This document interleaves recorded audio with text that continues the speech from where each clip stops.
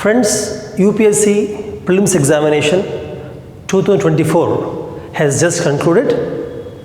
In this video, I will be explaining the answers, key with explanation for all the 100 questions of GS1, paper 1, which is General Studies. Before getting into explaining all the questions, I would spend a minute or two to discuss the trend and pattern of this year's Prelims paper 1. As you know, the 6 main subjects that you have to focus for Prelims are Geography, History, Economy, Polity, Environment, S&T. In these 6 subjects, generally every year, the weightage keeps on changing. For example, in the last 2 years, History weightage was very high. This year, History weightage has reduced. Last 3 years, Geography weightage was low, but this year, Geography's questions have increased.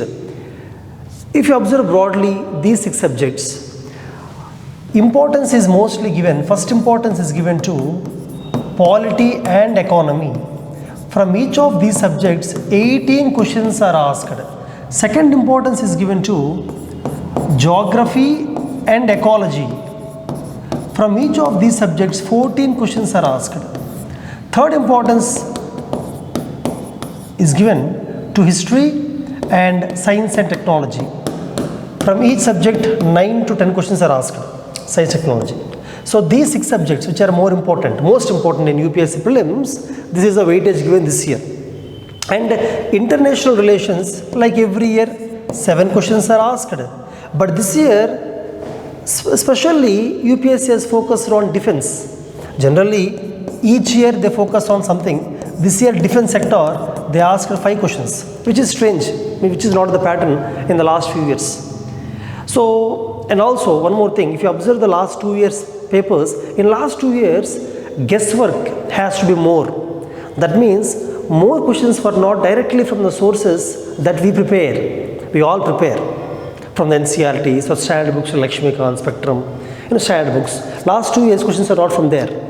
Hence, in the last 2 years, students have to guess more and more. Hence, cutoffs were less. Last year, cutoff was less than 80 for the first time in last 10 years. But this year, more questions, static questions, are mostly from the standard books, NCERTs and other standard books that we read, because of which the accuracy is more for the candidates who attempted the questions. Accuracy is more. Cutoff will definitely be around 20 marks more than last year. This year, my expectation is cutoff would be around 95 this year. Means around some 10 questions more than last year. Also, the current affairs focus has reduced. This year, current affairs questions were few. Static questions are more. So, senior players who are preparing for the exam from last 3-4 years have some advantage. However, the freshers who are writing for the first time also, they can answer most of the questions because questions are from the same standard books. They did not give much of random questions, which UPSC does generally. There are no many random questions this year. Also, last year, 2023, last year, a unique pattern. Most of the questions are only 2 options are right, only 3 options are right. Such questions were asked. But this year, such questions were reduced. And the conventional, traditional questions like 2 and 3 are correct, 1 and 4 are correct. Such questions are mostly asked this year. Hence, cutoff will be higher compared to last year.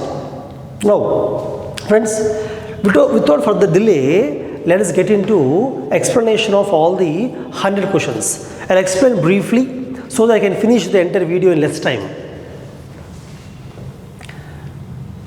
First question is about Delimitation Commission. Delimitation Commission is formulated after every census so that based on the increase in the population in different parts of India, the constituencies, the boundaries of constituencies of Lok Sabha and state assemblies can be changed based on the population.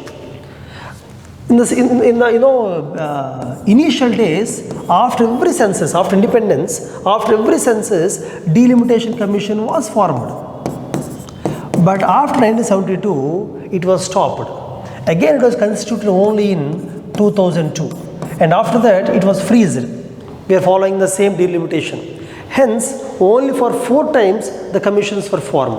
And this is direct question from the standard books. So, only 4 times is formed.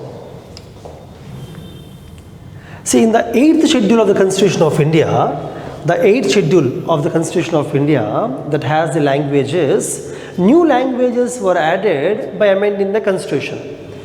In 1992, by 71st Constitutional Amendment Act, 3 languages are added. Konkani, Manipuri, Nepali were added. Whereas the language Maithili language was added by 92nd Constitutional Amendment Act. 92nd. So as for 71st, only these 3. Hence answer is 1, 2 and 3. Next question is, generally UPSC asks this kind of questions both from pre-independent history, modern history as well as post-independent history. Previously it used to ask more about the books, the authors of the books. This time they asked about political parties and who are the founders of the party, leaders of the party. See, Bharatiya Jana Sangh by Dr. Mukherjee and Congress for Democracy Reforms by Jagajeevan Ram. These both are commonly known to most of the students. However, Socialist Party is formed by a group of people among whom Acharya Narendra Dev is more famous. It is there in Spectrum also. Spectrum and NCERT, old NCERT, this is there. Swatantra Party is formed by C. Rajagopalachari. So, Socialist Party, Swatantra Party, they have interchanged. Those two are wrongly given. But Bharatiya Jana Sangh and Congress, they have rightly given. So, answer is 1 and 3. 1 and 3. That means 1 and 3. Only 2 are rightly matched. Next question is about parts of Constitution of India. Generally in the Constitution of India, we remember important articles like fundamental rights, GPSP, and some articles of Parliament. However, I always suggest students to remember the parts. You have to know all the parts of the Constitution because there are very few parts, easy to actually remember the parts. For example, this question is purely based on the parts of the Constitution. Which part belongs to what? For example, Part 9A of Constitution of India, Part 9A is added by 74th Constitutional Amendment Act, which added the municipalities to the Constitution. About municipalities. However, some students are confused whether the powers are also discussed in that part or powers were discussed only in the schedule, because in schedules also they added the panchayat and municipality. That is the question. But friends, for municipalities, the power, authority and responsibilities all are mentioned in the Part 9A of Constitution. Hence, this is correct option only, correct. Similarly, Part 18 of Constitution. Part 18 means Article 352 to Article 360. Part 18 talks about the emergency provisions. So, it's also a right question. Then Part 20 of the Constitution, Part 20 talks about Constitutional Amendment, Article 368. It's also very famous, people know that. So, all 3 are correct only, all 3 are correct.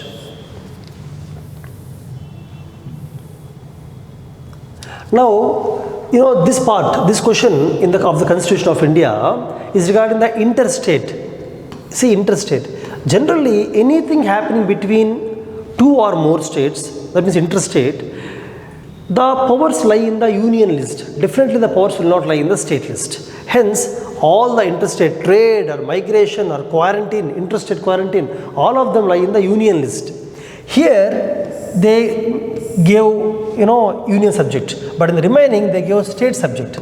So, they are wrong. They are also union subjects only. Okay? Union list, they are union list. Similarly, corporation tax is also in the union list only. Corporation tax is also in the union list. Hence, only C is correct. Only C is correct. See, even if you do not know this, because this is not there in Lakshmikant, this is not there in NCERT books also. Maybe it is covered in some current affairs, but using common sense, you can tell that anything between states definitely will be dealt by the union list only, not state list. Again, right to privacy. See, right to privacy was in news from last 5 years. K. Puttaswamy case is in news, and right to privacy comes under right to life.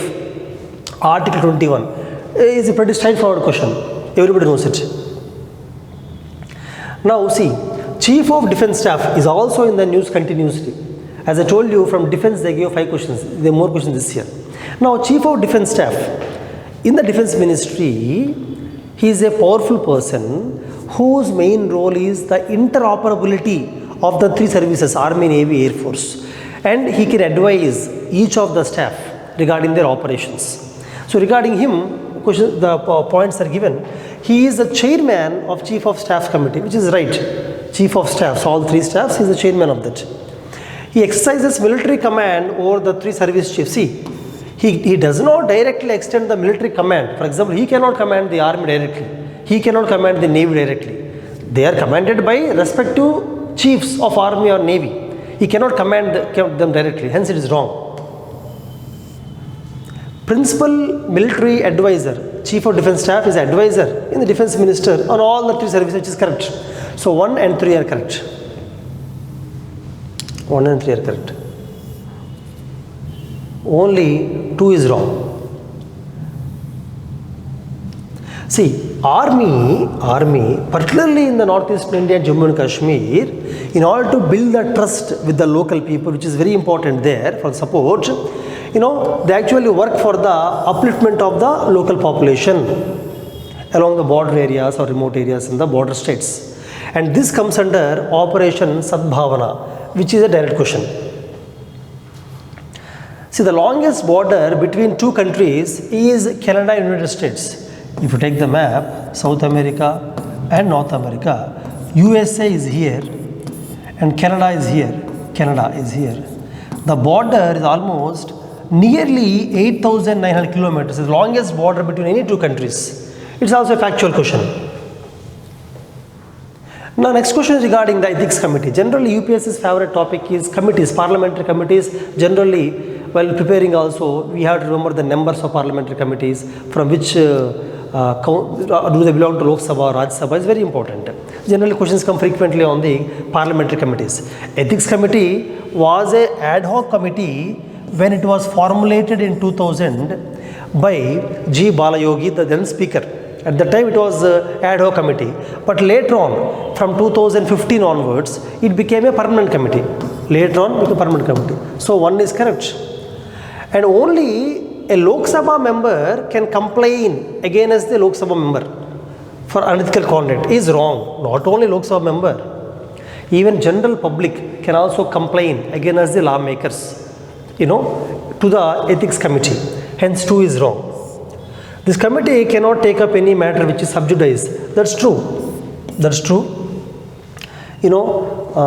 Any matter which is in the judiciary or any matter that comes through media cannot be taken up directly by the ethics committee. They have taken up only based on the complaints filed.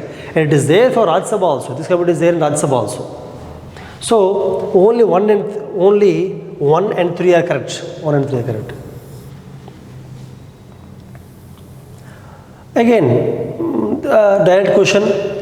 Who was the President of Constituent Assembly before Rajendra Prasad? It is Sachidanand Sinha. Dr. Sachidanand Sinha. Government of India Act 1935 is a very important act for both prelims and mains, for both polity and history, and we have to remember almost every provision of 1935 Act. 1935 Act actually removed the diarchy from the provincial level, but created diarchy at the central level. Now, it provided for the establishment of All India Federation, true, federation of all the princely states as well as provinces ruled by British. Both combined, it formed All India Federation. That is correct. Defence and foreign affairs were kept under the federal legislation. No, it was kept under Governor General of India. Governor General of India. Defence and foreign. So 2 is wrong. 1 is correct. So only 1.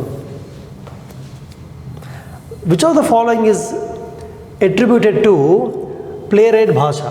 See, this is not directly there in the standard books. However, those who have read more about Natya Shastra, in Natya Shastra, out of 10 dramas, one of the drama is Madhyama Vyayoga, which talks about one of the Pandavas, Bhima, and his encounter with Gatotkaja. Kadotgaja and Bhima. And this work is attributed to playwright Bhasha. Natya Shastra, comes from Bharata Muni, and one of the Natya Shastra dramas is Madhyama Vyayoga, but based on that, a playwright was written by Bhasha. Friends, generally we focus on the Chinese Buddhist monks who came to India, Huensang, Fasain, these people. Most of the books also, our UPSC books also cover about them mostly. But Sanghabhuti, who is an Indian Buddhist monk who went to China, and he has spread Sarvastivada discipline. Actually, Sarvastivada is one of the schools of Buddhism, one of the schools. And through this work, he clearly explained the specific rules and discipline that is followed in the Sarvastivada school of Buddhism. Hence, he is very important, but unfortunately, more books do not cover about him. Now, World Heritage List. In the UNESCO, in its World Heritage List, continuously adds new places. Heritage means cultural heritage, natural heritage, or mixed heritage, which has significance of historical, science, technological significance, cultural significance. So they are saying which of these four are added in 2023 into the list of World Heritage Sites. So 2023 only Shantiniketan and Hoysalas, particularly Sacred Ensemble Hoysalas, are added. Remaining two were added long back. Example, Rani Ki Vav was added almost 10 years back. Even the Bodh Gaya's Mahabodhi temple complex was added almost 20 years ago. These were added, very old. Whereas these two, 1 and 3, were added recently, 1 year ago. So answer is 1 and 3. 1 and 3, only these two. As I told you, amendment of constitution was given importance. Already we saw one question on the part 20 of constitution regarding amending the constitution. One more question has come from amendment. As per Article 368, constitutional amendment means what can we do? Can we only add a provision or remove the existing provision or modify the provision? All three can be done. Definitely all three can be done while amending the constitution. See, which of these countries have very low birth rates? Generally, low birth rates are there in the developed countries. In developing or underdeveloped countries, birth rates are high, very high. Death rates are also very high. You can see any of the developing countries to understand why population is growing so fast. So, low birth rates only happen in the developed countries, Italy, Japan, South Korea. See, if you have read the news, specifically you may remember these countries. Otherwise also, using common sense, you can tell that Nigeria and South Africa are not developed countries. Hence, definitely they cannot have low birth rates. Hence, the answer is 1, 2 and 4. Friends, money bill is a favorite topic of UPSC. They ask questions almost every year. Every year they ask questions on money bill. And money bill, as you know, the procedure for passing the money bill is very unique and very different, and we focus more on it while we learn polity. Article 109 clearly mentions the special procedures for passing the money bill. And money bill shall not be introduced in the Rajya Sabha. In Rajya Sabha, Council of States, it should not be introduced. It should be introduced only in Lok Sabha. So 1 and 2 are correct. Third one, Rajya Sabha can either approve it, accept the bill, or it can suggest the changes. It can suggest, correct, suggest the changes. But it cannot reject the money bill. It cannot, amendments to the money bill suggested by Rajya Sabha have to be accepted. No need. Rajya Sabha can only advise, suggest the changes, but those changes need not be accepted by Lok Sabha. Lok Sabha can pass the bill as they want it. So 4 is wrong. So only 1, 2, 3 are correct. 1, 2, 3 are correct.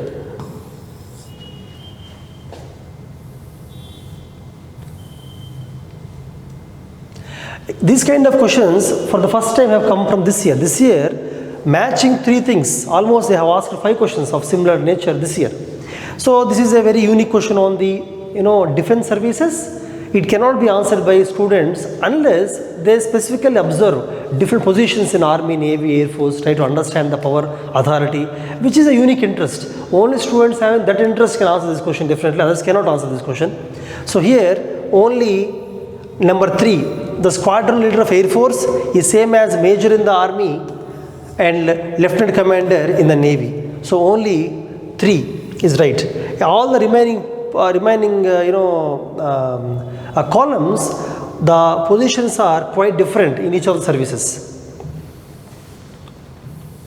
See, Northeastern Council was formed in 1971. It's a statutory body, not a constitutional board, statutory body through an act.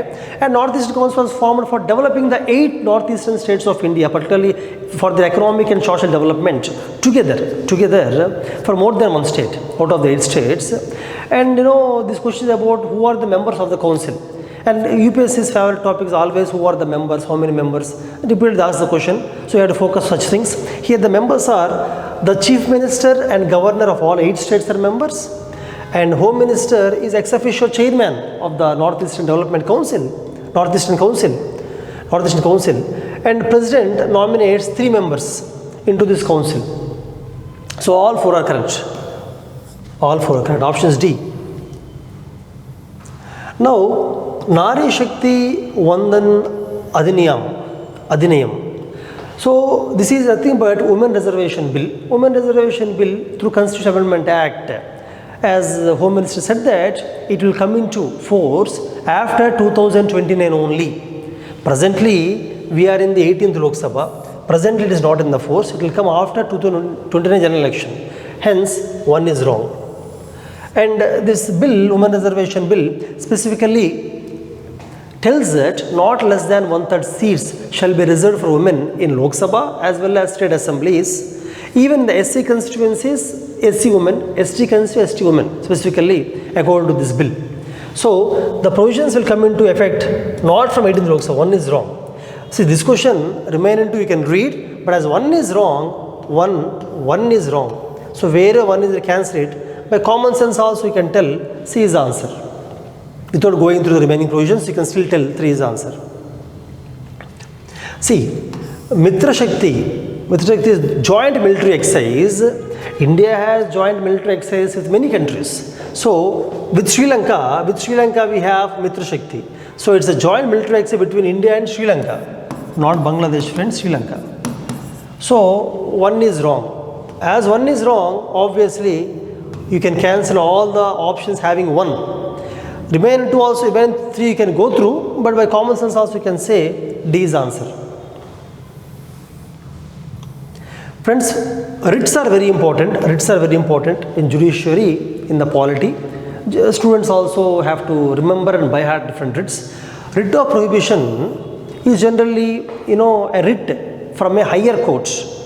For higher court, specifically Supreme Court, High Court only. Higher court for a lower court. They prohibit the lower court from exceeding the jurisdiction. If lower court is doing anything beyond jurisdiction, they pass the writ of prohibition to stop that. So it is a lower court prohibiting. Option C is answer. This question is regarding scheduled tribes. See, in every state, based on the advice of the governor, president declares who comes under the ST category. But here they gave it is a governor of the state who recognizes. No, not the governor, it is the president. Hence, 1 is wrong. Second one, if a community is declared as scheduled tribe in one state, same community may not be declared as ST in other state because in that state, that community may be in advanced stage, developed state. Hence, not required. Hence, option 2 is correct. So, only 2 is right. So, regarding the union budget, which is a very important topic in the polity constitution of India, annual financial statement is laid by finance minister on behalf of president, not prime minister. It is a president who lays the annual financial statement, that means budget, every year in the parliament. So 1 is wrong. Then, any demand for grant can be made only by the recommendation of the president. Without recommendation of president, you cannot make demand for grant. So hence 2 is right. 2 is right. So only 2. Friends, both the books, The India Way, Why Bharat Matters, are written by our Foreign Affairs Minister, External Affairs Minister, or External Affairs Minister S. Jaishankar. And S. Jaishankar specifically wrote these books because, the global relations are changing very quickly. Post-COVID, there was a very quick, dynamical change in the relationship between the countries. And superpowers are also changing. So India, in order to become a superpower globally, have to change its role, the way it is conducting international relations with other countries. Regarding that only, he wrote both the books. So again, this is the international relations news. Argentina, there are 2 questions on Argentina this year. 27th question in this set, and one more question also is there for Argentina. Argentina economic crisis actually is deepening, and many citizens of Argentina are fleeing, migrating to other countries. So one is correct. Sudan, there is a war between the army and paramilitary forces. The head of paramilitary force are continuously at loggerheads. International community is also trying to, stop this war, and are trying to draw a ceasefire. This is also major news, continues to come in the newspapers. Turkey has come out of the membership of NATO. No, it has not come out of membership of NATO. Of course, there are talks that Turkey should not be in NATO. There is some news that some members of NATO want to send Turkey out of the NATO, but Turkey did not come out of the NATO. 3 is wrong. Only 1 and 2 are correct. So only 2 pairs are 1 and 2. Only 2 pairs are correct. See, friends, this is Sumed. Sumed pipeline is strategic route. See, Sumed pipeline means if this is Africa, this Saudi Arabia, India, this is Europe, this is Mediterranean Sea, this is Red Sea, this is Persian Gulf. Sumed pipeline connects the Mediterranean Sea with Red Sea. That means from the Persian Gulf we can bring the oil, natural gas to Red Sea. From Red Sea, using Sumed pipe, we can go to Mediterranean Sea. From there, it can enter into Europe. That is the importance of Sumed pipeline. So, Sumed pipeline is strategic route for the Persian Gulf, oil and natural gas shipments to Europe, which is correct. Sumed pipe connects the Red Sea with the Mediterranean Sea, which is also correct. Both are correct. So, both statements are correct, and it is a correct explanation also. Explanation also right. Because it is connecting them only, it has become strategically important. So, A is the answer.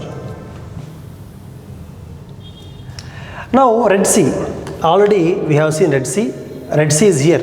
Red Sea is between the African continent and Saudi Arabian peninsula. Between those two is Red Sea. And Red Sea,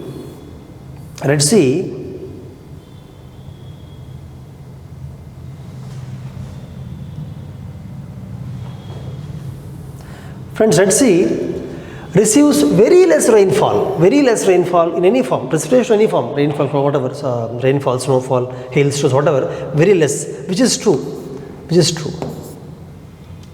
No water enters into Red Sea from rivers. See, there are some doubts. Some people say that the Nile River which flows in Africa, though it enters into Mediterranean Sea, a part of Nile Delta, a part of it is there in the Red Sea. Some water may enter into Red Sea. However, that some water cannot be considered really. We can simply say no water enters into Red Sea from the rivers. Though there are 1 or 2 rivers near to Red Sea, some water may be coming, but there is negligible amount of water.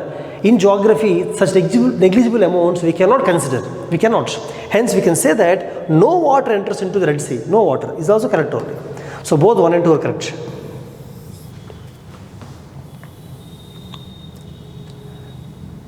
Friends, what is the largest source of sulfur dioxide emissions? Sulfur dioxide emissions, largest source is thermal power plants. The power plants that uses the coal or the crude oil, they are the biggest releaser of sulfur dioxide. Option D. Friends, United States of America, USA, if it defaults on its debt, for example, USA in any country actually collects the money by giving debt instruments like treasury bonds, securities. For USA we call it as USA treasury bonds, US treasury bonds, US government securities. By issuing the securities, they collect the money required for the development of the country, infrastructure of the country. But if it defaults on the debt, that means if it is unable to pay back for those who are having those treasury bills or securities, in such case, holders of the US treasury bonds, holders will not be able to, get their money back. Of course, see, for example, if I am holding US treasury bond, and if USA defaults on the debt, how can I get my money back? I cannot get my money back. It's correct only. It's correct. But generally they won't default because USA is the largest country and we have trust on that. Generally they don't default, but if they defaults, definitely we cannot get the money back. Statement 2. USA government debt is not backed by hard assets. Of course. See, USA government debt is in billions of dollars. That much amount is not backed by any hard assets like gold or metals or land, nothing like that. It's only backed by the faith and credit. Faith and credit, that's all. So this is also correct. This is also correct. So both statements are correct. Both statements are correct. And it is right. The explanation is also correct. Explanation. There are some countries which failed. Actually, some, the PIGS countries, some of the PIGS countries actually failed. Then European Union has come into picture, tried to help those countries, but USA will not default in general. Now next question, syndicated lending. Friends, syndicated lending means if any big company, for example, I am a big company, I want to take loan, a single person may not give me loan. Some 10 people together, they form a syndicate and they will give me loan. Why? Because if I fail to repay the loan, the risk will be not for single person, the risk will be distributed, spread across all the 10 loan givers. That's why they form syndicate and give loan to big corporates or governments. To the governments, they give syndicated loan. So syndicated lending spreads the risk of borrower, which is correct only. Similarly, syndicated loan can be a fixed amount. It cannot be a credit line. Nothing like this. See. It cannot be fixed amount. They can follow credit line. They can give, for example, 1 million this year, 1 more million next year. They can follow a credit line. For example, if I am a country, a syndicate is giving the loan to the country. First they give some amount. If the country is performing well, some more amount they will release. So credit line also be given. Even by using common sense also we can tell, why will any lender give a single amount? Any lender generally will give credit line, no? So 2 is wrong. 1 is correct. So only 1 is correct. C. 1 is correct. C.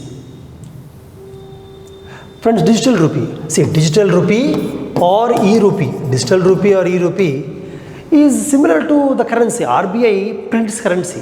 RBI prints currency and distributes it through certain economic process throughout India, monetary process as monetary policy. Just like currency, RBI has released e-rupee, also called as digital rupee. Now regarding the digital rupee, it is a sovereign currency issued by RBI, which is true. Just like currency, it is true. It appears as liability on RBI's balance sheet, correct? Not only digital rupee, currency also appears as liability only on the balance sheet. It is insured against inflation. See, no currency is insured against inflation, currency, because they won't pay any interest. Inflation can be 4%, 5% every year, but you won't earn it. For example, I have 10 rupees note. I will not earn interest of inflation 4%, 5% every year. Same with digital rupee also. It is not secured against in inflation. 3 is wrong. It is freely convertible against commercial bank. Just like, as I told you, just like a normal cash currency, it can be freely convertible. So you can keep in your mind all the points regarding cash, currency. Same you can use for e-rupee also. So 1, 2 and 4 are correct.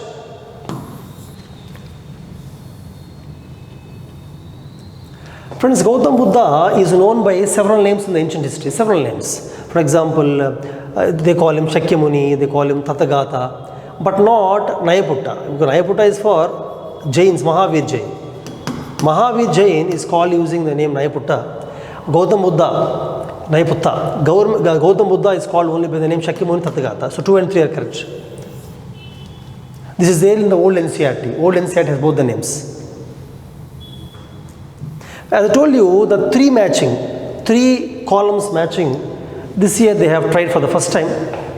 It's very interesting also. This is archaeological site, which state, and what it is famous for.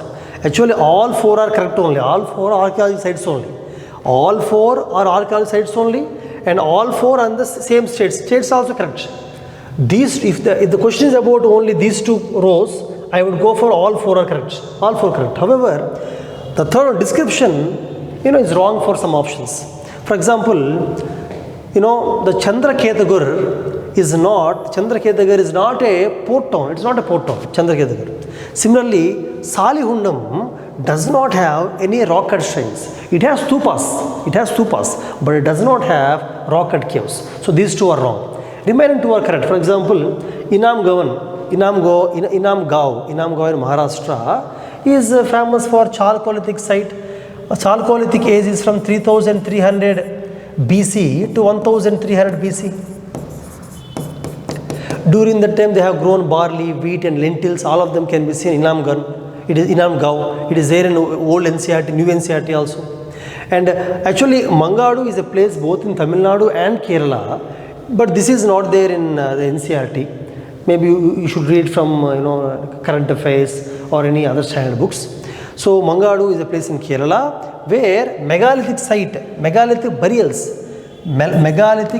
grounds, megalithic tombs are there, made of laterite. In Kerala we have laterite rocks. So using laterite rocks, burials were formed, and that can be seen. So only 2 and 3 are correct. Only 2 and 3 are correct.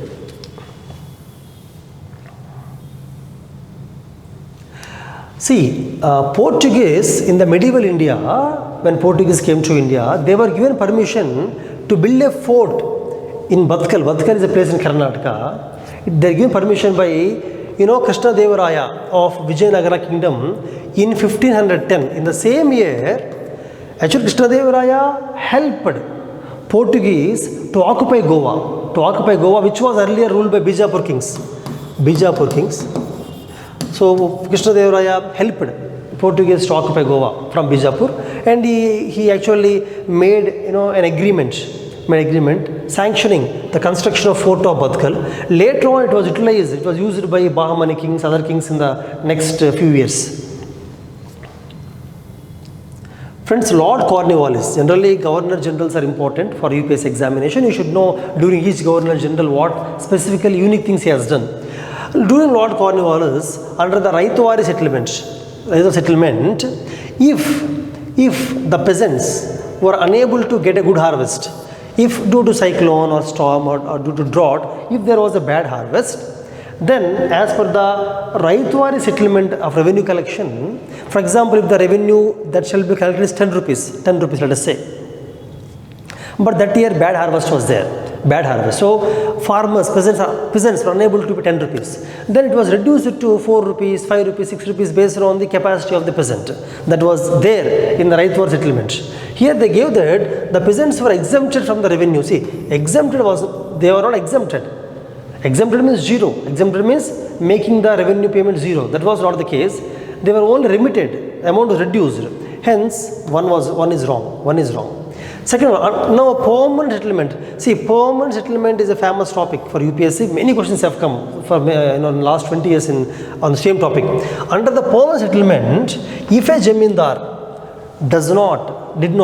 did not pay the required revenue collecting from the peasants, he has to pay to the British government. If he fails to pay, he will be removed, and other Jamindar will be kept in his place, who is more capable of collecting them from the peasants and giving it to British government.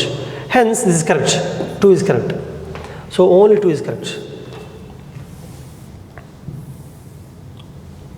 Friends, this question is Upanishads. There are no parables. Actually, parables is stories. Parables is small stories of philosophy or spirituality to convey a message. Here mentioned that there are no parables in Upanishads, but Upanishads have some parables. Of course, not as many parables as Buddhist stories, whatever, but Upanishads have got some parables, small parables. Hence, no parables is wrong. Then Upanishads were composed before Puranas. See, Upanishads were part of Vedas from almost 1800 BCE to almost 300 BCE, Upanishads. They are very old. Whereas Puranas were only in the AD. Puranas were from only 200 AD to almost 1500 AD. Puranas. So definitely Upanishads were older, earlier, 2 Puranas. So 2 is correct. So only 2. Friends, regarding the International Grains Council, which actually focuses on promoting the trade in the grains, India is a member of it. It's a fact, member of it. However, it's not compulsory that you should be a member of International Grains Council. Only if you are a member, then only you can trade. Nothing like that. There are many countries which are not members of the Grains Council. Still they can export and import. So 2 is wrong. Only 1 is correct. Friends, intangible cultural heritage means intangible. See, tangible cultural heritage means buildings, monuments which you can see. Physically you can feel them. Intangible means the art forms, knowledge, traditional knowledge. They come under the intangible cultural heritage list of UNESCO. So all these are there. All these are actually part of intangible cultural heritage list of UNESCO.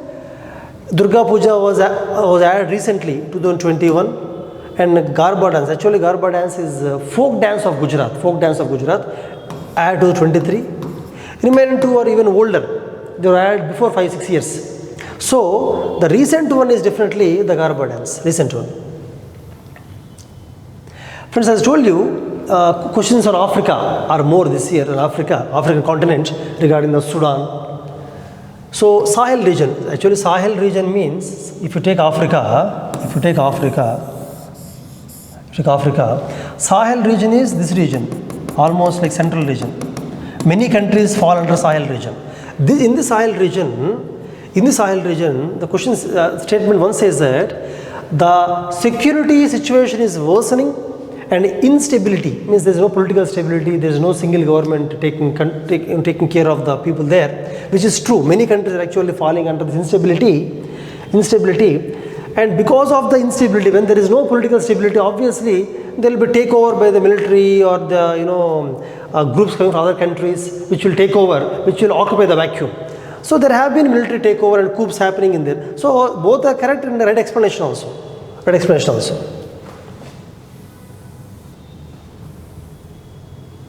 Friends, India does not import apples from USA. No, India actually importing apples and USA is very happy about that. The USA apple exporters are very happy that India is actually importing because India is a large consumer of apples. So statement 1 is wrong. We are importing. Statement 2 says that in India the law prohibits import of genetically modified food. That's true. In India, Food Safety Standards Authority of India, under the Food Safety Standards Act of India, any genetically modified food crop or non-food crop, either producing it in India, manufacturing in India, or importing in other country, for all these things permission is required. Even within India also, FSSAI gave permission only for the BT cotton. Other than BT cotton, no other crop has been given permission for genetic modification in India. So it is right. The law prohibits the import. So statement 2 is correct. 1 is wrong. Hence, 1 is wrong, hence D. 1 is wrong, but 2 is correct.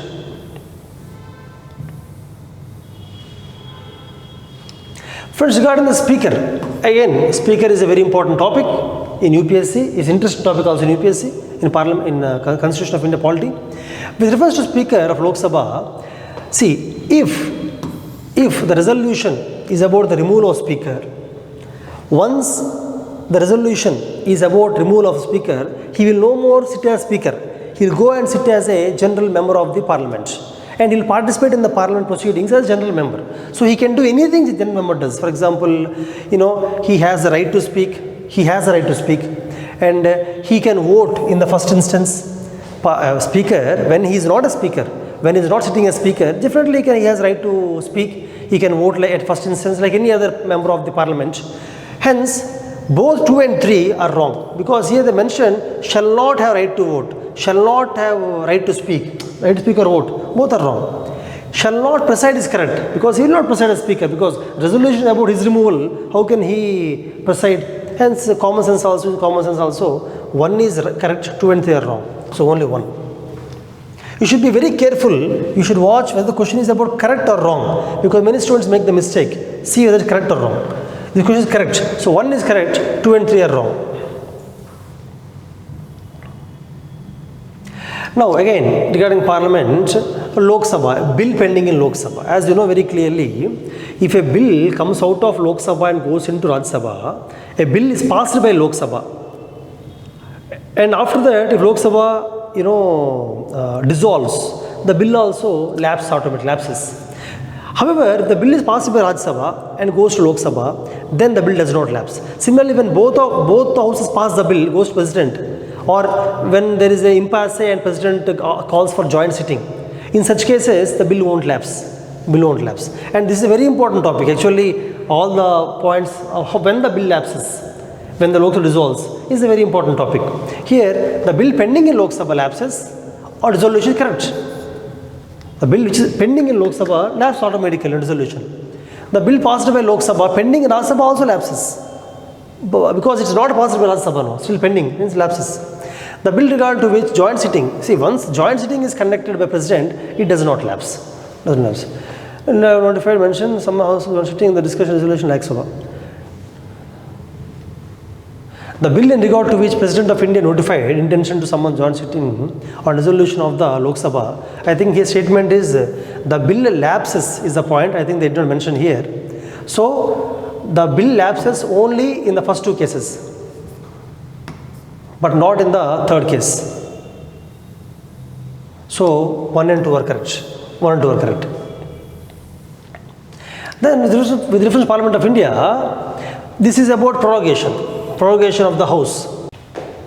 Prorogation of a House means ending the session of the House. It's called prorogation. So, prorogation of a House by advice of the Council of Ministers. See, generally, President has the power to do prorogation of the House, but he no need to go by the advice of Council of Ministers. He definitely can consider the advice of Prime Minister along with Council of Ministers, can give him advice, he can follow them. Otherwise also, it is his discretion of President of India whether to prorogate or no. Hence, you cannot say that he has to go by the advice. It is wrong. Next, prorogation of House is generally done after adjourned sign day. Actually, adjourned sign day, as you know, sign day, it's Latin term. Adjournment of a session means when session is going, Parliament session is going, they can adjourn it many times by telling that it is postponed to afternoon session or tomorrow, whatever. Means a session continues but has a lot of breaks. Those breaks are called adjournments. However, adjourned sign day means they break the session without further date. That means mostly that Parliament session is over. Either the winter session or monsoon session is over. At that time, they call it as adjourned sign day. Only after adjourned sign day, prorogation of the House is done. Or can it be done even when the House is in session? It can be done actually. Prorogation of a House can be done even when the House session, because it is discretion of President. Under exceptional circumstances, if President in his own discretion, in her own discretion, can actually prorogate the House even when it is session. Same applies to the state government also. State assembly also, governor can do that. Governor has done that in West Bengal once. When the assembly is in session, he has gone for prorogation. So 2 is correct. Dissolution of Lok Sabha is done by the President by the advice of Council of Ministers except in exceptional circumstances. Correct. Generally, Lok Sabha is dissolved mostly upon the advice of Prime Minister and Council of Ministers. But in some exceptional circumstances like political deadlock, constitutional crisis, when there is no majority, President can, on his discretion, can take a decision of dissolve Lok Sabha. So, this is correct. So, 2 and 3 are correct. See, this is regarding the Net Zero Industry Act that has recently come into the force. In February 2024, the European Union and Council have made agreement on the Net Zero Industry Act, where more investment will come in clean technology, implementation of clean technology, so that by 2050 there will be net neutrality. So, European Parliament approved the Net Zero Industry is correct. European Union intends to achieve carbon neutrality by 2050, not 40. This is wrong. Hence, only statement 1 is correct. 1 is correct. Friends, one more question on Venezuela. See, Venezuela has achieved a rapid recovery. See, Venezuela has got economic crisis. Many are fleeing the country. However, there is no rapid recovery. Even now also, people are migrating, going out of country, migrating. There is no rapid recovery. So, 1 is wrong. And 2, Venezuela is the world's largest oil reserve, which is known from current affairs from several years. 2 is correct. It has the world's largest oil reserves. 2 is correct. 1 is wrong. So, D. 1 is wrong. 2 is correct. See, digital India land records. Actually, we have land records physically, and government is on a mission mode trying to digitize all the land records. And central government has taken it so seriously that 2016, government made it a central sector scheme. Central sector scheme means 100% funding from central government. So, to implement the scheme, central government provides 100%. That's correct. And all the land maps, manual maps on the land boundaries, the legality of the land, who it belongs to whom, all these things are digitized. It's correct. And translation of the records into only the 8th schedule, whatever languages are there in the 8th schedule of India, the land records will be translated into the 8th schedule languages which are accepted constitutional in India, is also being done. So, all 3 are correct. All 3 are correct. Pradhan Mantri Surakshit Matritva Abhiyan. According to this, friends, they have given 2 statements. The first one says that it guarantees a minimum package of antenatal care of women in their 2nd and 3rd trimesters. Means each trimester consists of 3 months. So, 2nd trimester and 3rd trimester. That means from 4th month to 9th month. During the time, the scheme guarantees minimum package of antenatal care, which is true in all government hospitals. And 6 months post-delivery. See, the post-delivery is not actually part of this scheme. Post-delivery. After delivery, the scheme does not address. The scheme addresses only 2nd trimester and 3rd trimester. Hence, this option is wrong. And in this scheme, even private doctors or NGOs can also enroll themselves, and they combine with the government hospitals to be a part of this Matritva Abhiyan scheme. Hence, 2 is correct. So, only 2 is correct. The next question is about Pradhan Mantri Shram Yogi Mandhan. This is actually for unorganized workers. Unorganized workers in their old age, for protection and social security, they can start contributing when they come into the workforce right from the age of 18 years to 40 years. During this time, they can enroll and they can contribute the amount to the government, and in their old age, they get the social security. So, the entry age group of enroll, and see, if you entered 18 or 19, entered 20, based on the age you contribute, based on the age only the pension also comes. So, the entry age group for enrollment in the scheme is 21 is wrong, it's 18 to 40. Age specific contribution, based on at what age you enter, based on the contribution will be changing. And those who are contributing will receive a minimum of 3,000 rupees per month after they attain 60 years, which is generally retirement age. During the old age, minimum of 3,000 rupees is guaranteed per month as per this scheme. And the family pension is applicable to spouse in case of the death of the male member or female member. Their spouse will get the amount. The spouse will get 50% of the amount. Because if both are there, it will, let us say, 3,000 rupees. If only one is alive, they get half of the amount. But it does not go to the unmarried daughters. Only spouse gets it, not daughters. So, 4 is wrong. So, only 2 and 3 are correct. Only 2 and 3 are correct. And the 51st question, it is regarding the incoming solar radiations versus the outgoing solar radiation, which is also called as long wave radiation. Generally, if this is Earth and Sun, the rays coming from the Sun are short wave solar radiation, also called as insolation, which has very high energy. it cannot be stopped by the atmospheric greenhouse gases like carbon dioxide, so it passes through all of them. However, after the earth becomes hot, it starts releasing terrestrial radiation, which are also called as long wave radiation. These waves are stopped by atmospheric greenhouse gases like carbon dioxide, because of which the atmosphere is heated by them.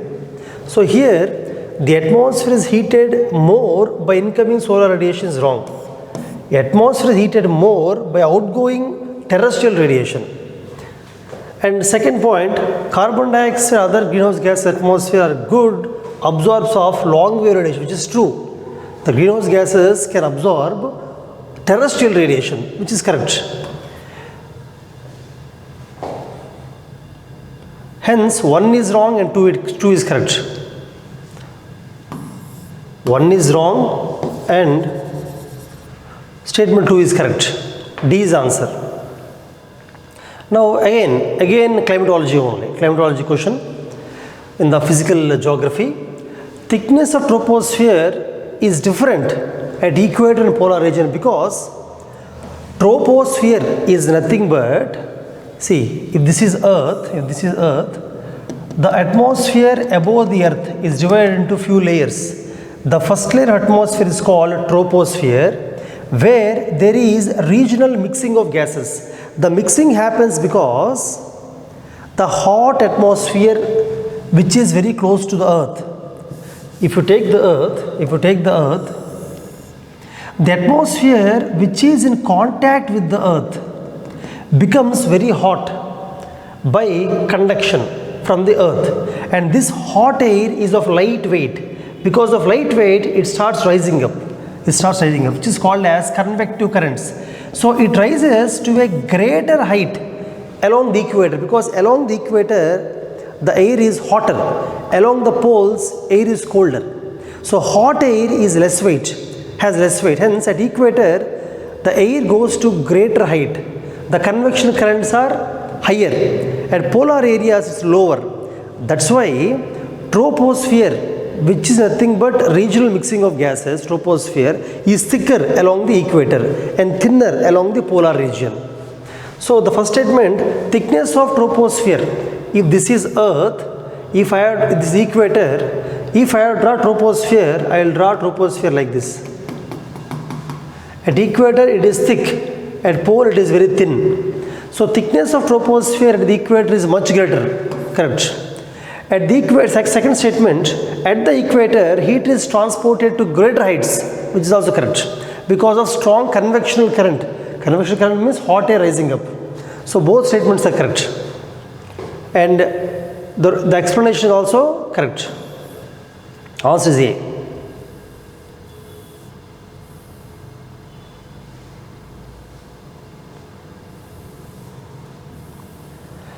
Friends, in volcanic eruptions, different types of materials, the solid, liquid, gas, of all kinds of chemical compounds come out. You no need to even see which compound comes or not. All compounds come out during the volcanic eruption. So all are correct. All four are correct. See, isothermal maps. Isotherm means an imaginary line connecting the points having same temperature. For example, here they are asking isothermal map in January. January is winter season for northern hemisphere. If you take northern hemisphere, if you take the northern hemisphere of the earth, let us say these dots are ocean and no dots is land. So what happens? In the winter season, land is very cool, water is warmer. So along the equator, as I told you, the dots is water and the dots is ocean and no dots is a continent, land. So land is colder. Along the water close to equator, if temperature is 40 degrees temperature, if here temperature is 30 degrees and 20 degrees, 30, at the land 30 degrees comes very close to equator, but at the water 30 degrees away from the equator. So the colder lines are near to equator on the land and away from equator in the ocean in January. Whereas in June and July, summer season reverses. So here we are talking about only January month isothermal maps. So isothermal maps deviate to the north over the ocean. Over the ocean, they are north. Over the land, they come to the south. South over the land, which is correct. Correct for the winter season in northern hemisphere. The presence of cold ocean currents, Gulf Stream and North Atlantic Drift make the North Atlantic Ocean colder. No, friends, see, if you take this is Africa, South America, this is South America, North America, Africa, South America, North America, Europe. This is Atlantic Ocean. In Atlantic Ocean, the Gulf Stream and the North Atlantic Drift, they come from equator. As the Gulf Stream and North Atlantic Drift come from the equator, they are warmer. They are not cold. They are warmer. Here they mentioned that Gulf Stream and North Atlantic Drift make the ocean colder, which is wrong. They make it warmer. So 2 is wrong. 1 is correct. So only 1. Which of the following countries are the largest producers of cocoa? This is direct factual question. You should be knowing it if you study the newspapers. So answer is Cote d'Ivoire and Ghana as highest cocoa production in the world. If you take Himalayan rivers, friend, if you take India map,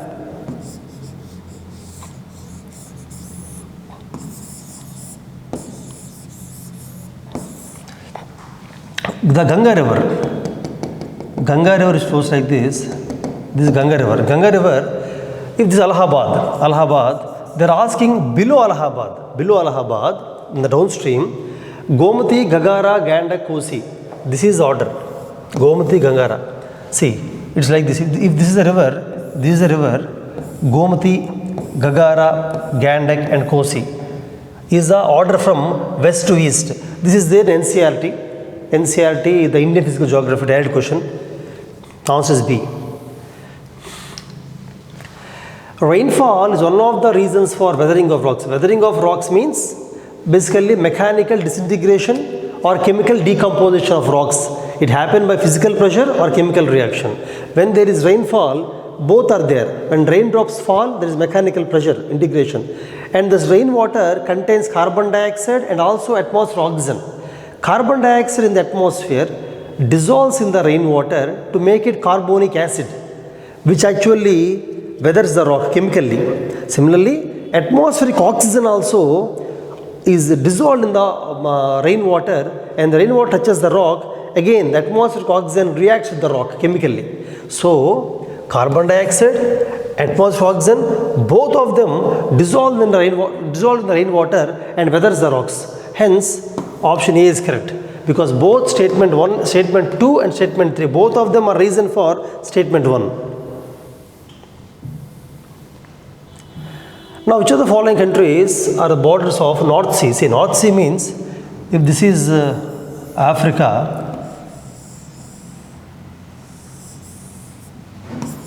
this is UK, this is Norway, this is Denmark, this is Germany, this is Netherlands. So the borders of this is the North Sea. The countries bordering the North Sea are UK, Norway, Denmark, Netherlands, Germany. Among those, they have given only these 2 countries they give, Germany and Norway. So only 2. Only 2 is answer. Here, friends, they are giving waterfalls, region and river. If it is only waterfalls and region, all 3 are correct. But coming to the river, the Duandar Narmada waterfalls are Narmada river correct, Kundru are on Subarna correct, but Gerasappa are not on Netravati, they are on Sharavati. So 3 is wrong. Only 2 options are correct. 2 are correct. Waterfalls is important topic. Previous also UPSC gave questions on that. And here they gave the region and types of mountain. Actually, Alps, which is in the southern Europe, Alps are fold mountains. Fold mountains are formed when two plates, continents, when two plates collide. Heavier plate goes down, lighter plate folds upwards, folds like Himalayan mountain, Alps, Appalachian mountains, Andes, Rockies, all these mountains are fold mountains. Alps are fold. And Vosges are block mountains. Block mountains occur when there is a fault or fracture, when two parts go aside and middle part either drops down, or when two parts come close, middle part going up. In both ways, block mountains form generally. And Vosges is a block mountain. So, first two are interchanged. So, they are wrong. The remaining two, Appalachians in North America, they are the eastern part of North America. If you take the North America map, west side you have Rockies, east Appalachians. Both are folded mountains. So Appalachians are folded mountains, correct. And Andes is, if you take South America map, Andes is on the west of South America. Andes are also fold mountains. Both are correct. 3 and 4 are right. 3 and 4 are right. Two options. Now, this kind of questions are coming in UPSC for last 3 to 4 years. They are giving some examples and asking which species, is it bird, fish, insect. So cicadas, froghopper, pond, they are all insects. It is there in NCERT biology also, NCERT biology. You don't need to know all the three. Even if you know at least one is insect, you can mark the answer. Friends, because of chewing gums, because of bubble gums, chewing gums, almost 1 lakh tons of plastic pollution is coming onto the earth, because chewing gum, finally what you throw out is actually polymer, it's a plastic, so it's a environmental pollution. So statement 1, chewing gums considered as environmental pollution is correct, and they consist of polymers, plastic is also correct, both are correct. So both statements are correct and right explanation. Friends, here they gave the animals and they are native of which country. See, Indri is one kind of lemur, but it's a very big lemur. Among all the lemurs, it's a very big lemur, Indri, the animal. Elk is kind of deer. It's a kind of deer, but very big sized deer family, belongs to deer family. And bonobo is a chimpanzee. It has almost 99% of bonobo's DNA matches with the human DNA. So chimpanzee, which is very similar to human being. So these are the animals. Now they are asking, these animals belong to which country? See, Indri belongs to Madagascar. So first option is wrong. Then elk, actually Indonesia is confusing, because elk actually belongs to East Asia and North America. Leave North America, East Asia. East Asia is very close to Indonesia, but it is not in Indonesia. Indonesia is not a native place of elk. So it's wrong.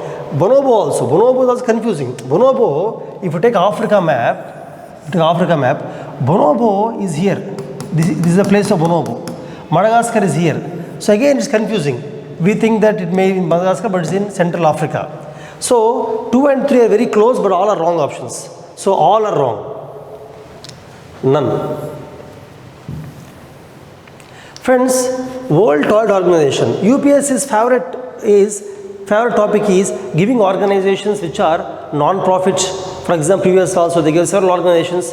This year they gave World Toilet Organization, WTO, which is a non-profit organization based out of Singapore, but it has got consultative status in UNESCO. It has got consultative status in UNESCO, but it is not an agency of United Nations, no. And WTO has started World Toilet Summit, World Toilet Day, World Toilet College. It started all these things. All initiatives are correct only. And the main focus is to grant funds. No, it cannot grant funds. It's not such an organization that is financially strong and grants funds. It's only advisory in nature. Creates awareness about sanitation, how to solve the sanitation crisis present existing across the world. So it does not grant funds. So only 2 is correct. So you have to focus on any environmental organization that you come across in the newspapers.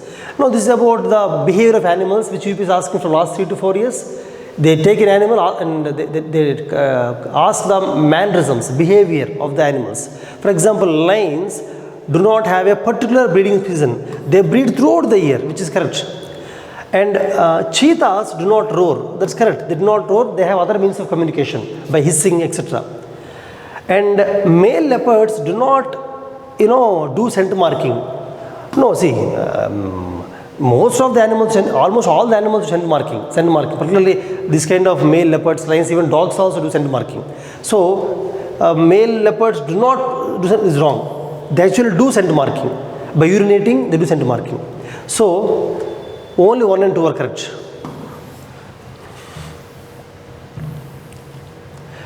See, what is 100 million farmers has been in news consistently. 100 million farmers means actually because of climate change, agriculture is getting impacted. So this initiative is a global initiative where the farmers across the world are trained in climate smart technologies to be resilient to the climate change, helps in carbon sequestration, uses very less water, sustainable agriculture, so that food crisis does not occur. They are very close to the natural farming. These are the ideas of 100 million farmers. So among all the options given, it is very close to net zero, nature positive. Hence option is correct. Friends, what is distributed energy resources? Distributed means they are actually decentralized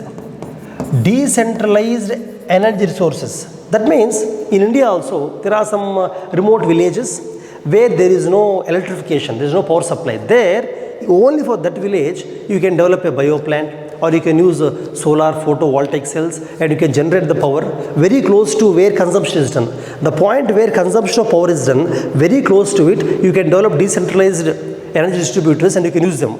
So all the four are examples of distributed energy resources. So all the four. See, which of the following plant or species is very close to an insect where the insect wasp pollinates only figs and figs are pollinated only by wasp. So they undergo co-evolution. Answer is A.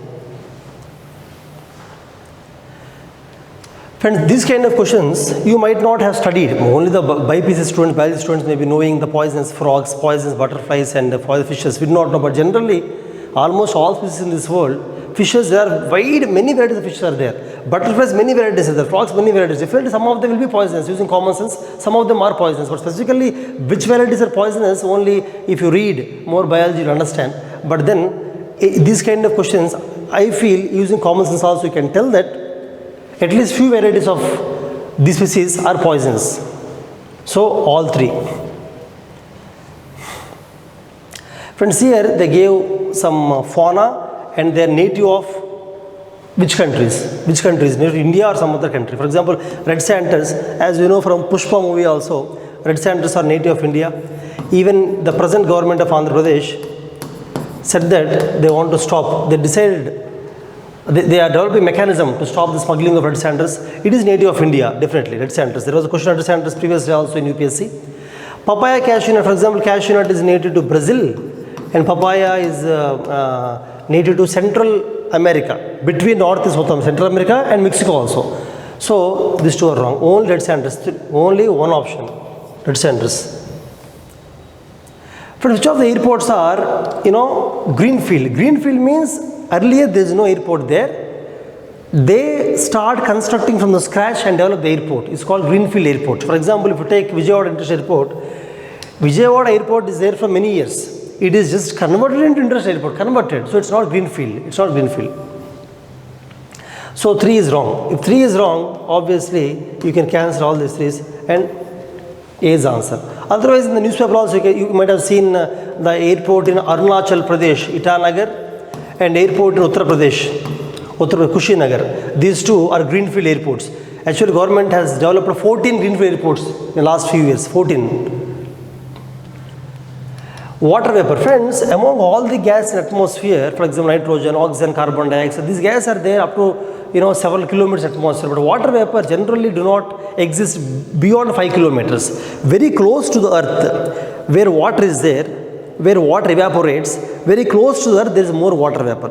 As you go up slowly, water vapor converts into water or ice. You won't find much water vapor as you go up. So here they said that it is a gas, it is correct.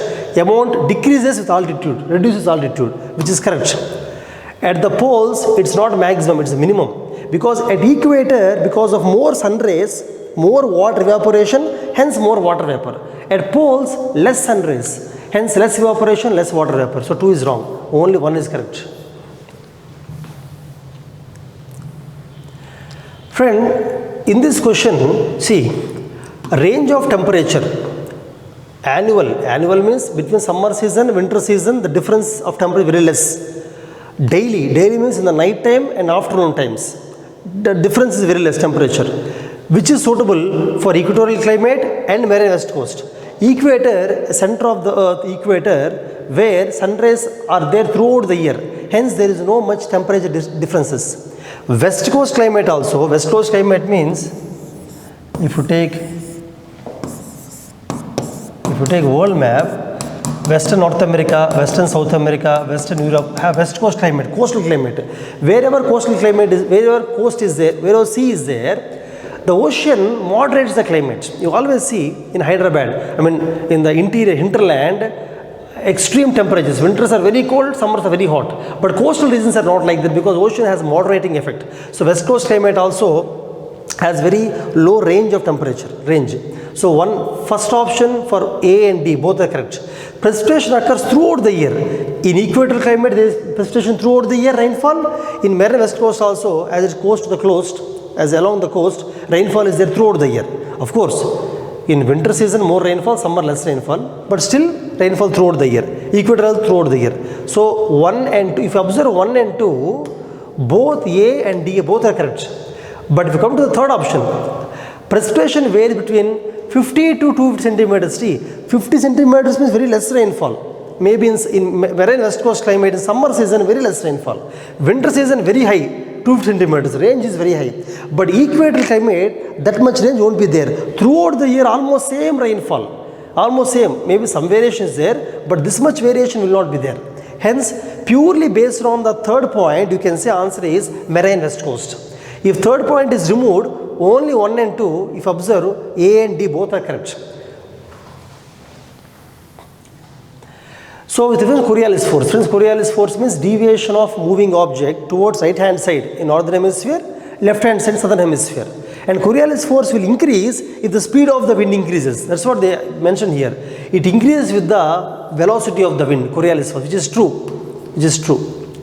And it is maximum at the poles. Actually, along the equator, Coriolis force is 0. As latitudes increase, Coriolis force increases towards the polar area. So, 2 is also correct. So, both are correct. Friends, June 21st is the summer solstice. If you take the earth in the month of March and September, let's take March. In March, sun is above the equator. By June 21st, sun exactly goes on to Tropic of Cancer. Sun is exactly on Tropic of Cancer. This is the peak of summer season for entire northern hemisphere. During that time, entire northern hemisphere will have more day than night. That means entire northern hemisphere, the sun rays will be there for more than 12 hours. Now, what is the northern hemisphere? Tropic of Cancer in northern hemisphere. Arctic Circle is here is northern hemisphere. See, equator is not northern hemisphere. Equator is a place where sunlight is for 12 hours throughout the year. 12 hours. So you cannot consider it as a part of northern hemisphere. Capricorn is southern hemisphere. Southern hemisphere means it is here. So on June 21st, Tropic of Capricorn is winter season, Capricorn, where day is less, night is more. Hence answer is only 2 and 4. Only 2 and 4. Actually, on June 21st, on Arctic Circle, you can find sun in the midnight also. That means 24 hours there will be sunlight. So 2 and 4 is answer. In December, exact opposite. If the question is December, in December, which is summer season for southern hemisphere, in December, Whole Tropic of Capricorn will have more day than night. See, world's largest peatland, world's largest tropical peatland is Congo Basin. Congo Basin in Africa, tropical rainforest, Congo. Friends, perfluoroalkyl. See, perfluoroalkyl are highly used in the industries where consumer goods are manufactured and they are disposed of into the environment, because of which they are mixing with the drinking water and they dissolve in the drinking water, because of which we find them in the drinking water, food that we eat, and even the plants that we grow, which is correct. And they are not degradable. Just like plastic in the atmosphere, the perfluoroalkyls stay back, not on the atmosphere, not on the environment. Even when you consume it into the body, they stay in the body. They don't digest, they don't come out also. They bioaccumulate in the body. So bioaccumulation is correct. They are not degraded is also correct. So all three are correct.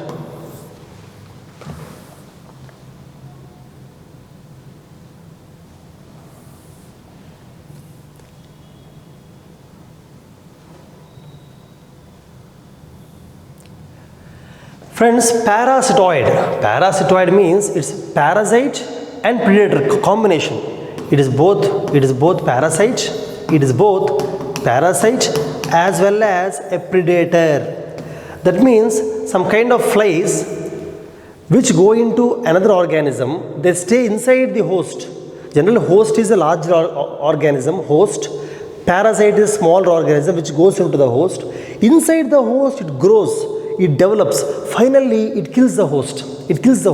Such kind of organisms are called parasitoids. So among these, only flies, termites and wasps are the parasitoids. They are very dangerous. They are parasites and predators also. They kill the host also.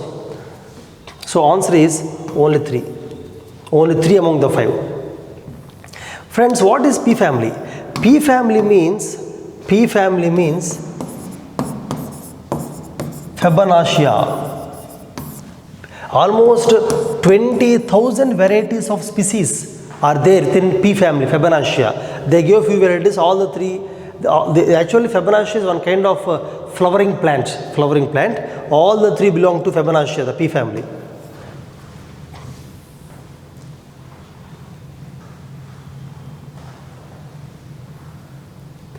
Friends, Indian flying fox. Actually, it is a bat. It is a bat that eats fruits. It's called fruit bat. It is called Great Indian Fruit Bat because native to India. It's a bat that eats fruits. But the problem is it destroys the fruit fields. When they invade the fruit fields, fruits destroy the fruits. That's why they are given the status of vermin. They are given the status of vermin. Vermin means which affects agriculture. Any species, any animal that destroys agriculture, affects the peasants, farmers, can be mentioned as vermin and they can be hunted down. Otherwise, wild animals generally should be protected. As per the Indian laws, wild animals should be protected. But if the wild animal is destroying the agriculture, definitely we can call it as a vermin and it can be hunted down. So, Indian flying fox, which is nothing but the Great Indian Fruit Bat, belongs to vermin category.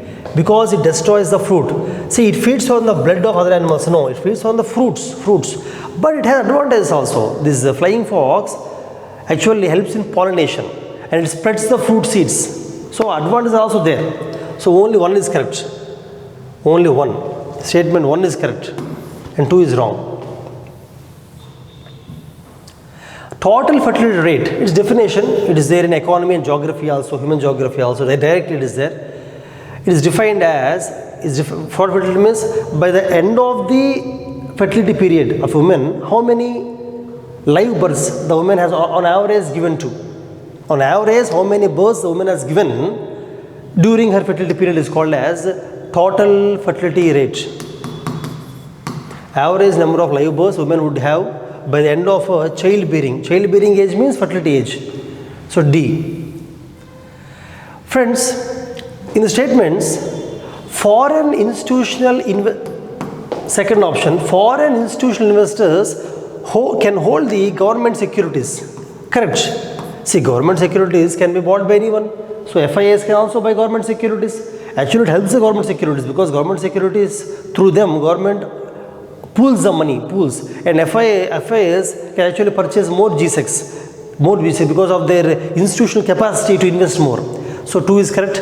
In India, stock exchanges like Bombay Stock Exchange, National Stock Exchange, they also can actually offer trading platform. For example, National Stock Exchange started the trading platform way back in 2009 itself. So it is correct. So 2 and 3 are correct. And 1, NBFCs can access the LAF. Friends, actually liquidity adjustment facility window, LAF, mostly consists of the repo rate, reverse repo rate. Generally, we think that only banks can access them. But in fact, non-banking finance companies also can access them. They can. But whether they are accessing or not is actually difficult to tell because in the recent past, they have not accessed. NBFC have not accessed the LAF window much. But actually, they can access. That's why this option is a controversial option. They can access. I feel they can access. It's very clear. But they are not accessing. In the last few years, they are not accessing. Maybe in 2009, 10, 11, they access slightly, but now they are not accessing. That's why some say option A is right, some say option A is wrong. But I feel option is correct only. It's correct. They can access. So all 3 are correct.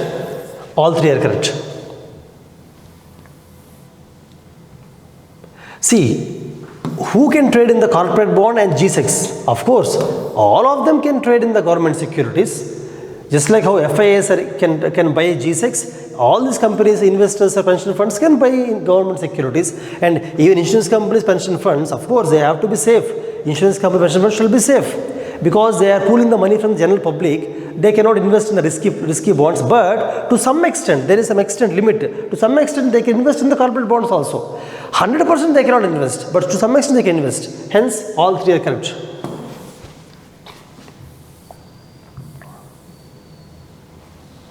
Friends, what are financial instruments? Basically, financial instrument is a legal agreement, legal contract by which one party it is an asset, for other party it is a liability. Such kind of legal agreements are called as financial instruments. They can be traded in the market like stocks, bonds, exchange traded funds, forex. See, for example, here they give exchange traded funds. Even stocks also they can give, bonds also they can give. And forex also, in forex, currency swap is one kind of forex, that's all. So forex is also legal contract where it is an asset to someone and liability to other. And exchange traded funds are also, they are also financial instruments. So 1 and 3 are correct. But motor vehicles are commodities. Motor vehicles, agricultural goods are commodities. Commodities cannot be liability to one and asset to another. They cannot be. And commodities are not legal contracts. First of all, commodities are not legal contracts. Hence, by the definition of financial instruments, 2 is wrong. Only 1 and 3. Friends, sectors of economy is very important. Primary sector means direct production, agriculture, dairy farming, mineral exploitation, directly what you take from the earth, ground is called prime sector. Secondary means after taking them, for example, you have taken the cotton and then start weaving it into clothes. That is called secondary. Tertiary means services, transportation, banking, or storing the agriculture produce in the cold storages. They are tertiary services. So here, storage agriculture production is tertiary.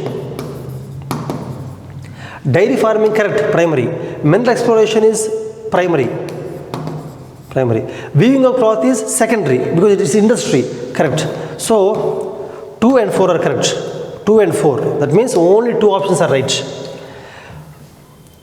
Friends, if you observe, these are all the wood mill waste coming out of that, the sludge from water, corn grains, they are all organic waste. None of them are petrochemical waste. They are organic waste. So non-petrochemical waste, specifically organic waste, can be used as feedstock in producing sustainable aviation fuel, because petroleum is unsustainable aviation fuel. So all 4 can be called as sustainable aviation fuel. All 4 are correct.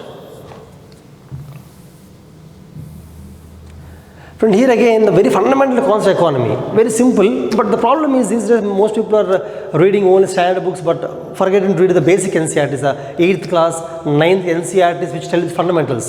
That's why I saw some of our students also who are very good make a mistake in this answer. See, basically fixed capital means what? Anything that cannot be consumed while used for a computer. You cannot consume it while using it. A computer cannot be consumed. Or farmer's plow. It cannot be consumed. They are fixed capitals. Whereas working capital means money which is spent.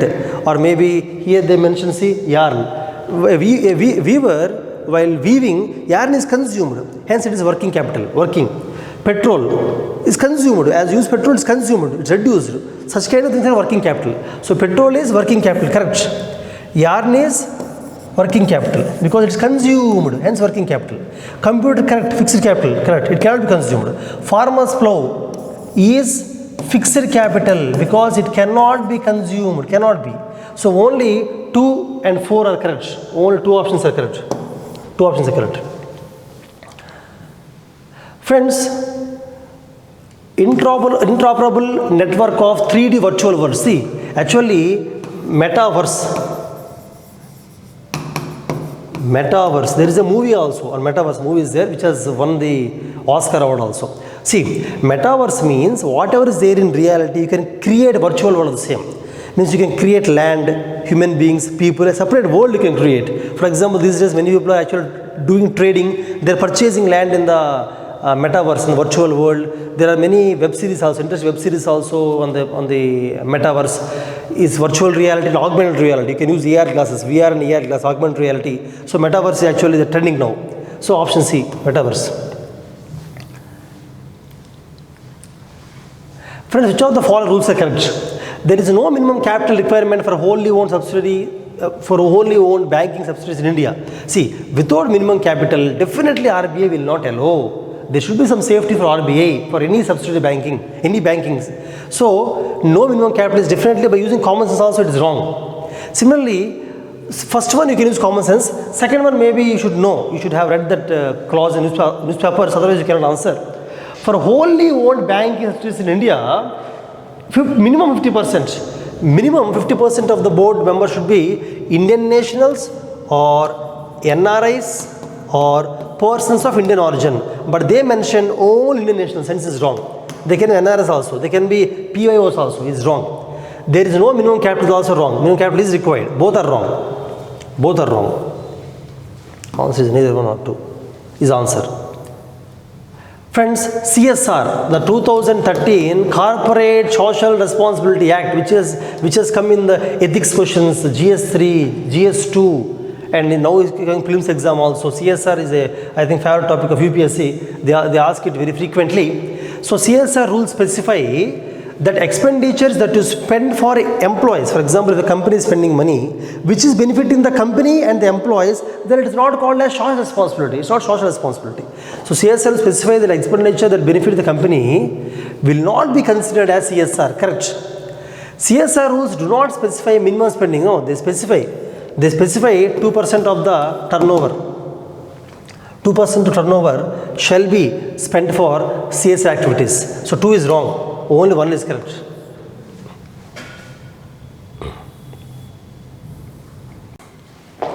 And then the next 10 questions are mostly from the science and technology, and most of them are in news. Nothing is from the static syllabus of any standard textbooks. Most of them are from the news. So the 91st question is about radioisotope thermoelectric generators. So what are they? Basically, they are like the battery system inside which there is radioactive material. As the radioactive material decays, it releases a lot of heat. This heat is converted into electricity. That means the heat is used for electricity through feedback effect. Feedback, it's called feedback. So the radioactive material during its decay releases a lot of heat that converts into electricity by feedback effect. Hence there is no there is no nuclear fission here. So the first point, RTGs have nuclear fission, is a fission reactor, is wrong. It's not a fission reactor. And this kind of electricity generation systems are more useful in the places where maintenance is difficult, particularly in the harsh environmental conditions, where even solar photovoltaic cells, solar cells cannot work. In such conditions, we use RTGs. Example, spacecrafts. They are used to power the spacecrafts, because in spacecrafts, maintenance is difficult, conditions are very harsh, even solar cells cannot use it there. So, 2 is correct, 1 is wrong. And RTGs can use plutonium. Yes, they can use radioactive material, plutonium. They can use plutonium because it's radioactive material which can decay and generate the heat. Hence 3 is correct. So 2 and 3 are correct. 2 and 3 are correct. Then this question is about giant stars versus dwarf stars. Generally, dwarf stars means small stars. Dwarf means small star. Giant stars are bigger. Giant stars are bigger. Now, a giant star is bigger, more nuclear reactions undergo, nuclear fission undergo, and the core of the giant star that contains the fuel, mostly hydrogen fuel. The core fuel, hydrogen fuel, consumed very fast. In the giant star, consumption is very fast. So it exhausts very quickly, and the star, this star lives for lesser time than dwarf star, because of fast consumption of core hydrogen fuel, quick exhaustion. So the first point, that giant star live longer, is wrong. Dwarf stars actually live longer. Second point, giant stars have a greater nuclear reaction, is correct. They have greater nuclear reaction. So only 2 is correct. 1 is wrong, 2 is correct. 1 is incorrect, 2 is correct. Option D. Friends, then, so which one of the following actually dilates the blood vessels? It's nitric oxide. Nitric oxide, it actually, if this is the blood vessel, it expands the blood vessel, expands. Because of expansion, blood flows faster. As blood flows faster, the blood pressure reduces. As blood pressure reduces, it relaxes the blood vessel. It relaxes the blood vessel. That is function of nitric oxide inside the body, nitric oxide. Then, what are the uses of radars? See, radars, as we all know, for monitoring the precipitation, we are using radars. In India, is using radars for monitoring precipitation. And migration of animals in the forest, for migration of animals, we use radars. These two all of us know. But the first one is, slightly confusing, first option. Whether can we use radars for narcotics? Recently, Bolivia, a country in South America, Bolivia bought several radars from a French company, several radars they bought only to identify the narcotics and drugs which are aboard the flights. Though some of the radars failed, they are able to identify at least some of the drugs. Hence, 1 is correct. So all 3 are correct. Friends, regarding the aircrafts, we already know that Rafale is 4.5 generation aircraft. Tejas is also 4.5 generation. MiG-29 is 4th generation aircraft. So all these aircrafts have good stealth capacity, but 5th generation aircraft should have super stealth capacity. The super stealth capacity is not there with any one of these. So we cannot call any of them as the 5th generation. We cannot call. So none of them are 5th generation aircrafts. Friends, what are hydrogels and what are these? Hydrogels means they are the chain of polymers. Which has a great absorption capacity of water.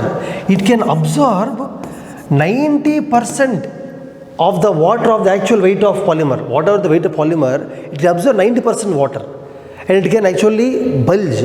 So it has very high flexibility. and it can cause cooling effect. And also, as it is so soft, the polymer is so soft because of lot of water absorbing capacity, it is so soft, it behaves like a natural tissue. Hydrogel. It's a very interesting compound, hydrogel. So it can be used as controlled drug delivery, which is correct, because it behaves like a natural tissue. It can be used in biomedical. And mobile air conditioning system, yes, it can cause cooling effect. Preparation of industrial lubricants, yes, because it is very flexible and very soft, it can be used as industrial. All three are correct. Then friends, hydrogen powered electric vehicles. For electric vehicle, the hydrogen powered, the only gas that comes off the exhaust is water vapor. That's why it is very environmental friendly, water vapor. Friends, pumped storage hydropower.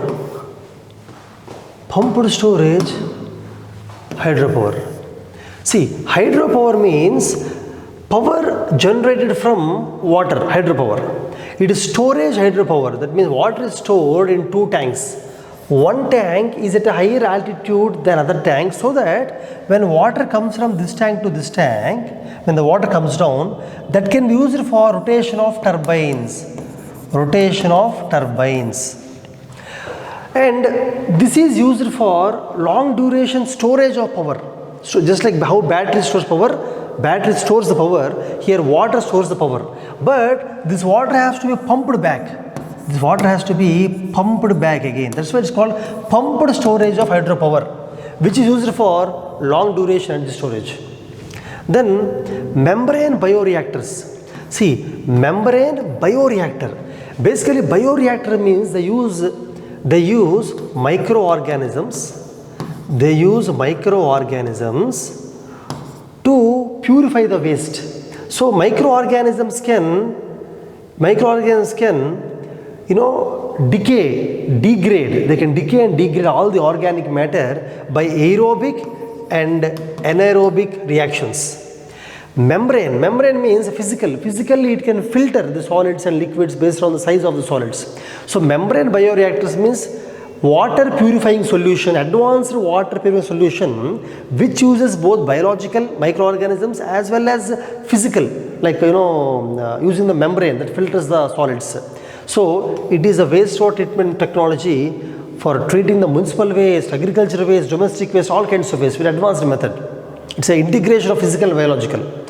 Then collateral borrowing and lending is a direct question. It's a money market for borrower and lender. This instrument, collateral borrowing and lending obligation, is instrument used in the money market.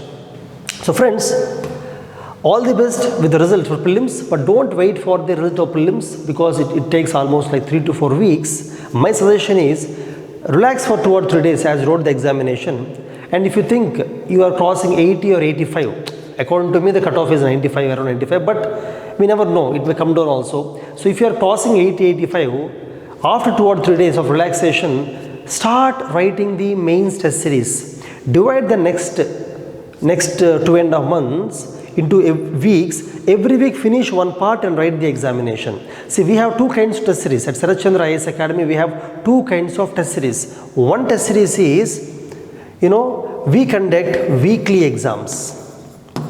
We conduct 15 full exams. This is for the people who already finished the syllabus, entire syllabus, who are ready to write the full exams. This test series. Other test series is for the students who haven't covered most of the syllabus, means mostly first timers, who want to finish polity in the first 10 days, economy in the next 10 days, like that. For them we have part tests and full tests, another test series. And third variety is those who have very poor writing habits, who are very slow in writing, whose writing is very bad. For them, daily answer writing. You can enroll yourself in the daily mains answer writing program. Like that, we have 3 kinds of series, and our specialty is that any exam, any test that write, within 4 to 5 days, evaluation will be done and will be handed over the evaluated copies along with the feedback, both online and offline. Online, we will mail you the question paper and you mail us the answers. we will discuss the answers online. Offline, you can come to Hyderabad or Vijayawada or Delhi centers and you can write the exam in our institution.